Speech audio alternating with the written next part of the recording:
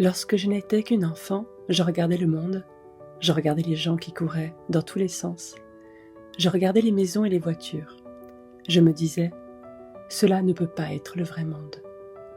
Est-ce que tu t'es déjà posé cette question? Et si tout cela n'était qu'un rêve? Qu'est-ce que cela signifie, se réveiller du rêve de sa vie, réaliser le soi, atteindre l'illumination, ou tout simplement se rappeler sa nature véritable?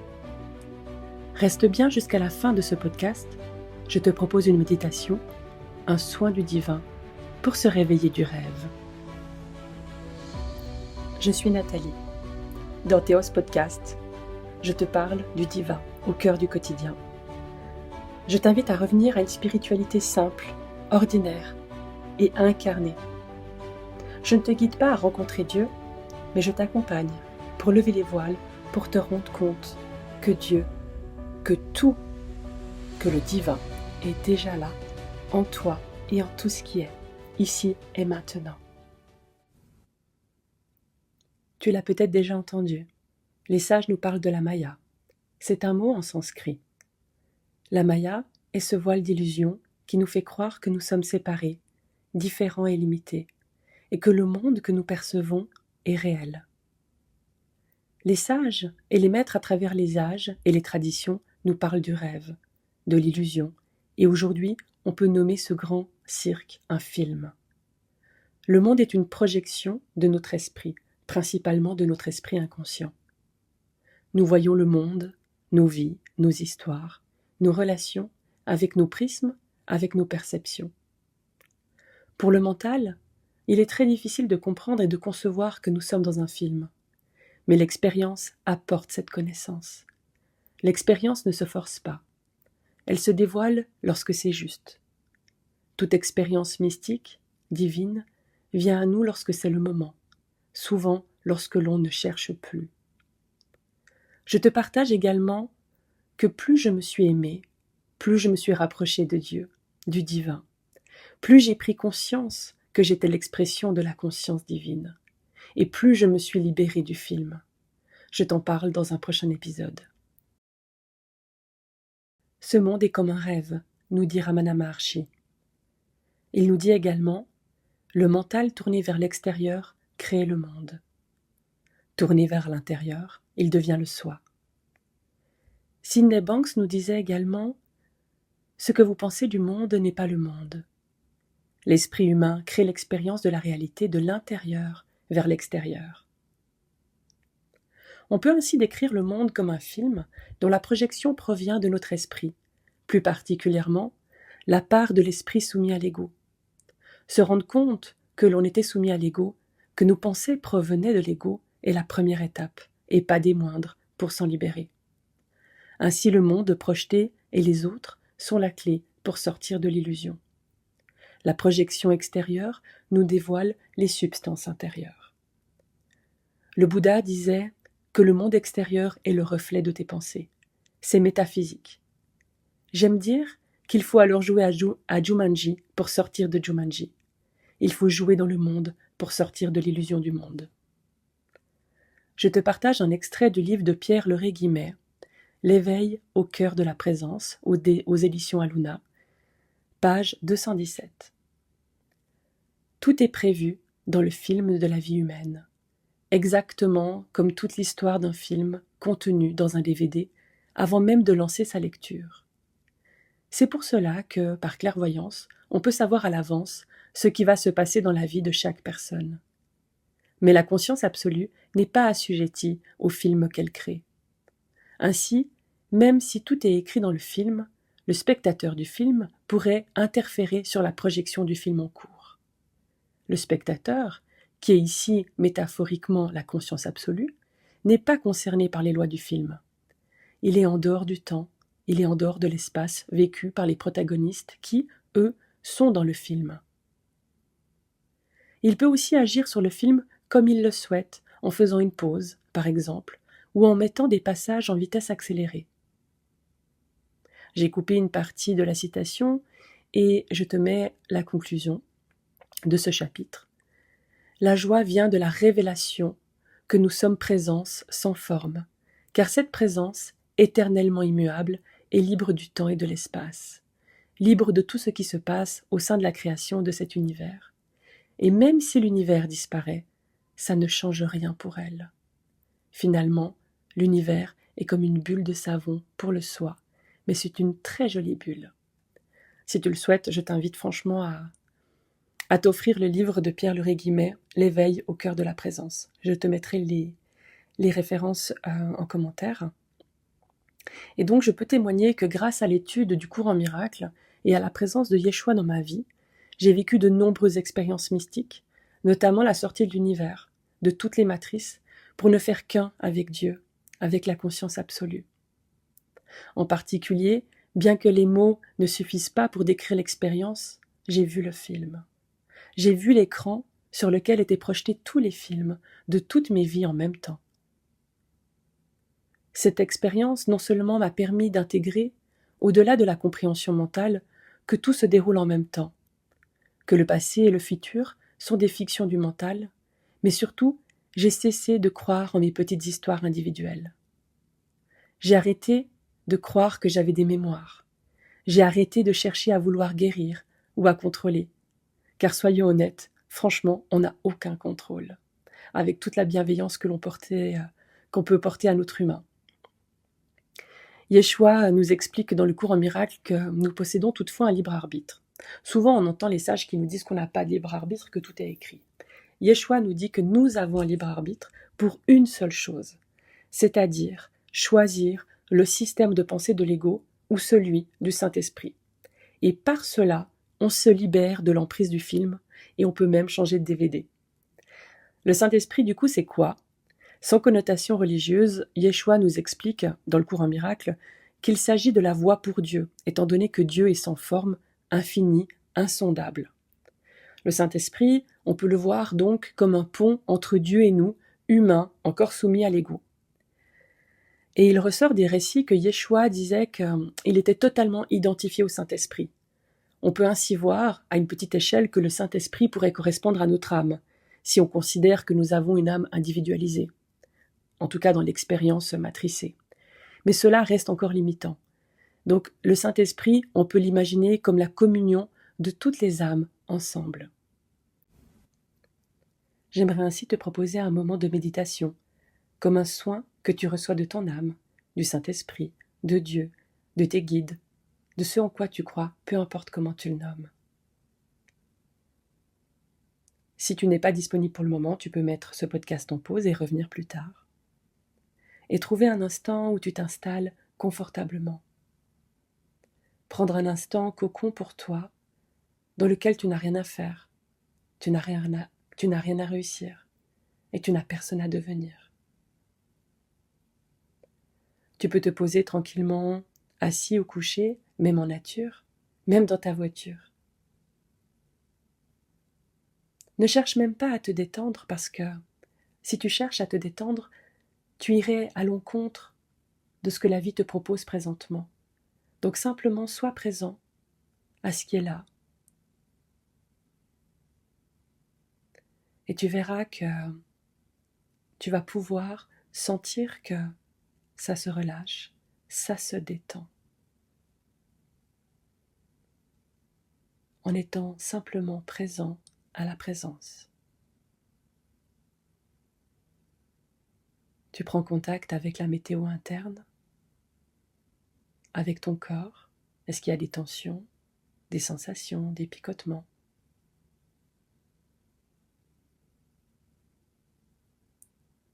Est-ce qu'une part de ton corps souhaite te parler ? Car le corps est un messager de l'âme. En étant présent dans cet espace, quelque chose peut se dissoudre, se libérer, se détendre.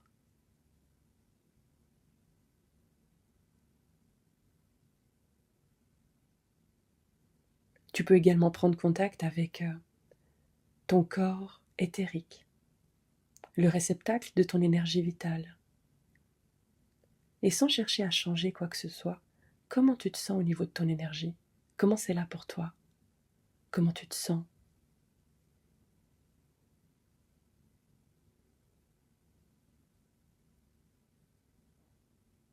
Et plus tu es à l'intérieur de toi, plus tu remarques que la paix se dévoile, la paix qui est toujours là.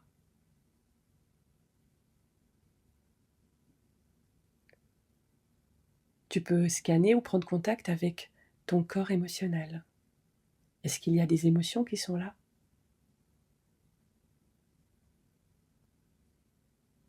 Et tu peux leur dire à ces émotions qu'elles ont le droit d'être là. Sachant que tu n'es pas tes émotions. Elles font partie de l'expérience humaine. Elles sont aussi des messagères.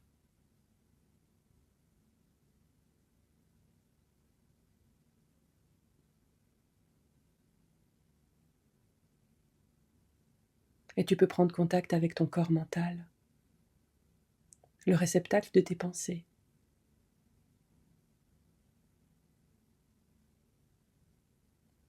Est-ce que tu es agité ou est-ce que tu es calme au niveau du mental? Peut-être que tu peux rassurer ton mental que tu es en sécurité, que tu ne vas pas le rejeter, que tu vis simplement une expérience douce, tranquille, de retour à qui tu es vraiment.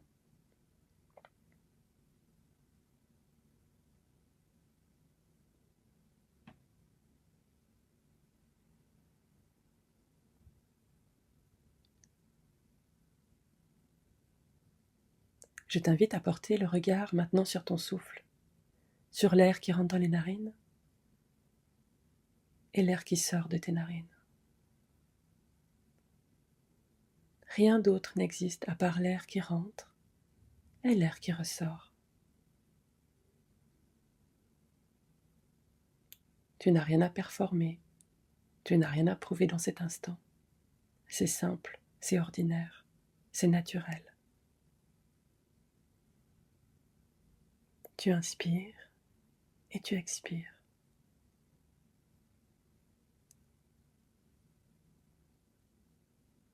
En étant concentré avec toi-même, avec le souffle, tu es centré en toi, ici et maintenant. Ici et maintenant, c'est le lieu de résidence de Dieu.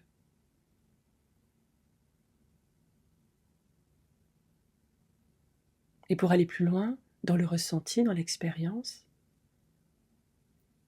entre l'inspire et l'expire, tu peux faire une légère suspension d'1 ou 2 secondes, 3 secondes, 4 secondes si tu sens que c'est juste pour toi, sans que ce soit contrôlant ou forcé.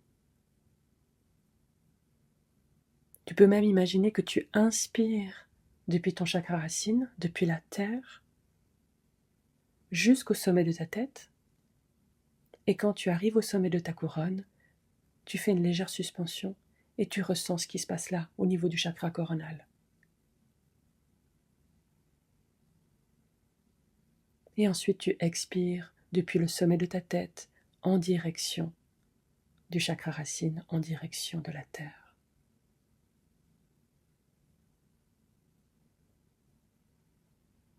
Inspire, suspension. Expire.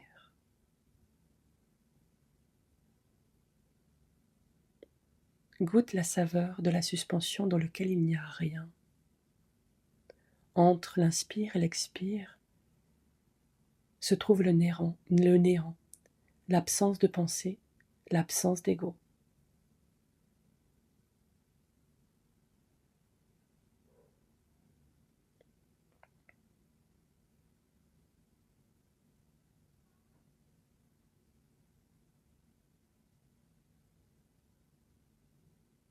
Entre l'inspire et l'expire, dans ce rien, tu rencontres le tout, la conscience absolue, Dieu.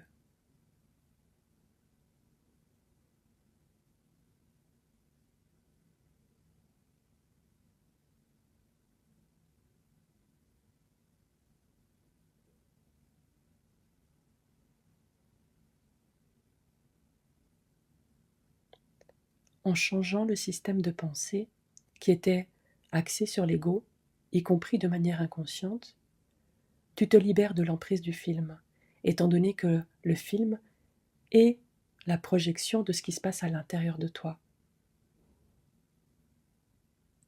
peu importe la provenance, peu importe la substance, peu importe la source de ces substances. À travers les incarnations,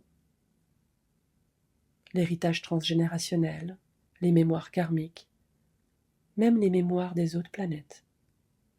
Et tu peux même libérer et pacifier le futur. Et en conscience, tu vas demander à ton âme, à tes guides, au Saint-Esprit, au divin, à ce en quoi tu crois, de décabler ton système de pensée qui était axé sur l'ego pour le déplacer sur le système de pensée du Saint-Esprit, qui est la voie pour Dieu.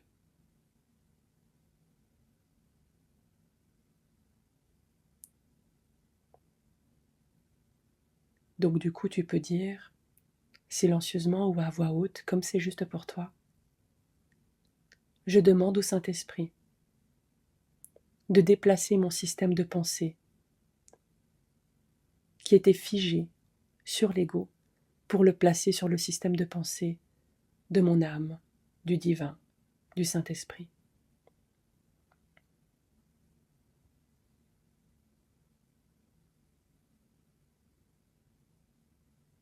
C'est une décision.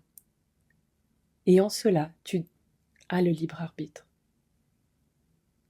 Tu as le libre arbitre de choisir ton système de pensée. Peut-être que par la suite, tu pourras expérimenter de plus en plus des moments où tu n'as plus de pensée. Car avant toute pensée, il y a le je suis. L'élan divin précède la pensée.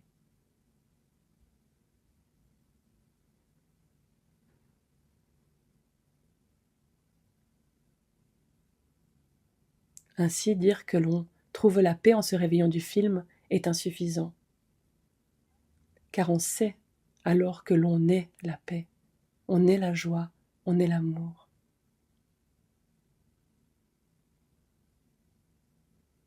Tu peux gentiment revenir à toi, sentir ton corps présent dans la pièce dans laquelle tu es, présent sur le fauteuil, sentir tous les points de contact avec la matière, avec la terre. Tu pourras réécouter ce podcast, refaire cette expérience, et je te proposerai d'autres méditations, d'autres moments d'introspection.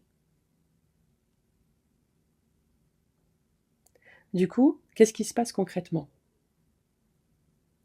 Vu que l'on reste dans le film durant la durée de notre incarnation, l'éveil commence par un changement de regard, un changement de perception sur le film, sur le monde.